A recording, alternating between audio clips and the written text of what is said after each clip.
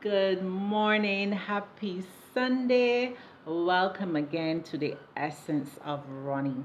I hope you had a tremendous week. Today, I just want to stop by and share a little something that has been, you know, on my mind. And it's kind of a personal story, but I believe it has a powerful message. I remembered when I bought my first car. My first car that I bought on my own was a Merino. A Merino is a sports car. I am very fond of sports cars. And this one was extra special to me because it had a big muffler on it. And the sound it made just gave me thrills. But when I went to select that car, there were other cars on the lot, but because the Merino was my preference, or sports cars was my preference, I chose that one instead. The buyer, however, the seller, however, pointed out some issues that the car had. For instance, the car had no AC, the AC wasn't working, it needed a part, and also the trunk. The trunk could not stand up on its own. But you know what? I was desperate. I needed a car and I needed a car right away. However, that car cost me to spend so much money at the mechanic every minute. It was one issue after another. But you know what?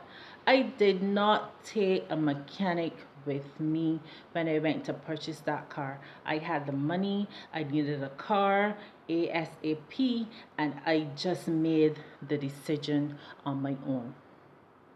What I've learned from that, however, is that we ought to be careful with the decisions we make when we are faced with desperation. Hmm. Desperation can cause us to make some decisions where we have to pay a pretty price after. Now, some areas where we can find ourselves being desperate, it could be even in a relationship, starting a relationship, whether it's a male or a female seeking a relationship, you might find or you may notice that there's some things about this person, but because you don't want to be by yourself, you decide, okay, let me go along anyhow. And then you see the consequences after. Maybe you're looking for a dress. Maybe the deadline is approaching and you have to get this dress for a wedding. How many of you have ever bought a dress out of desperation? You worked to the occasion, and then when you came home the night, you looked at it and you said, why did I buy this? You bought it, or we bought it because we were desperate and it was crunch time.